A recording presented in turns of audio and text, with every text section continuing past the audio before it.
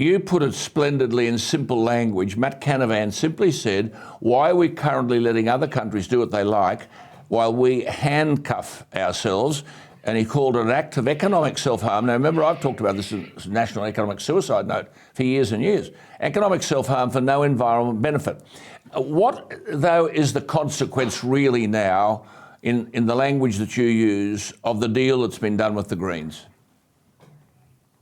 Well, we're just not going to be able to make things here in this country. You might recall that when coronavirus first came on the scene, there was this sort of national awakening that, oh my God, we rely so much on China and other countries for basic manufacturing goods. Why don't we bring some more stuff home?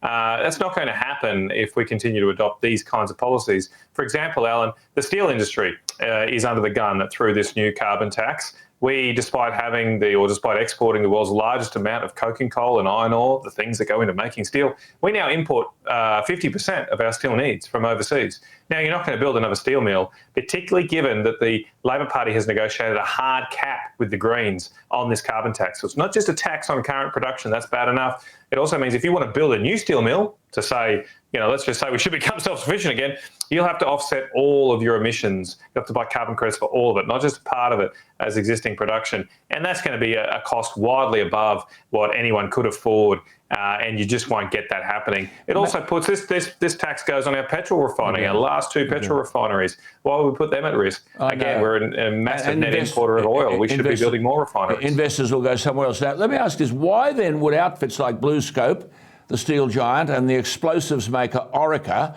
throw their support behind this policy? These are two of the country's biggest manufacturers. Mark Vassella, the BlueScope Steel's chief executive, said, quote, BlueScope's previous concerns in respect to potential adverse impacts from the safeguard mechanism have been materially alleviated. Now, just before Matt answers that, for viewers, what is happening here? The nation's heaviest polluting companies will be forced to cut their carbon footprint by up to 5% each year from July 1 until the end of the decade. Now, they either purchase carbon credits generated by carbon offset projects like tree planting, or by switching old fossil fuel technologies to cleaner systems.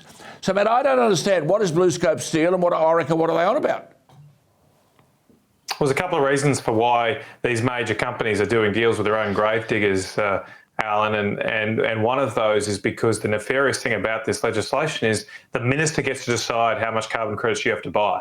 And so it's very complicated algorithms or formulas that work out how much you have to buy. So you can imagine in such a context what would happen to a business that came out and criticised the Labor Green deal that's been done this week. What do you think the minister might do when it comes around, when his brief comes around and say, how much should BlueScope Steel pay? Of course, they're going to mouth sweet nothings in public to the minister to try and get a good deal. That's not what they're telling us behind the scenes, though, I must say. The second reason for this, too, is because of this hard cap for existing operators, for incumbents like BlueScope that already exist in the market, they're not doing so bad. The real issue is those who want to build new things in this country. So if you want to build a new steel mill, a new coal mine, a new gas field, you are hit much, much more thanks to the dirty deal that the Labor Party did with the Greens.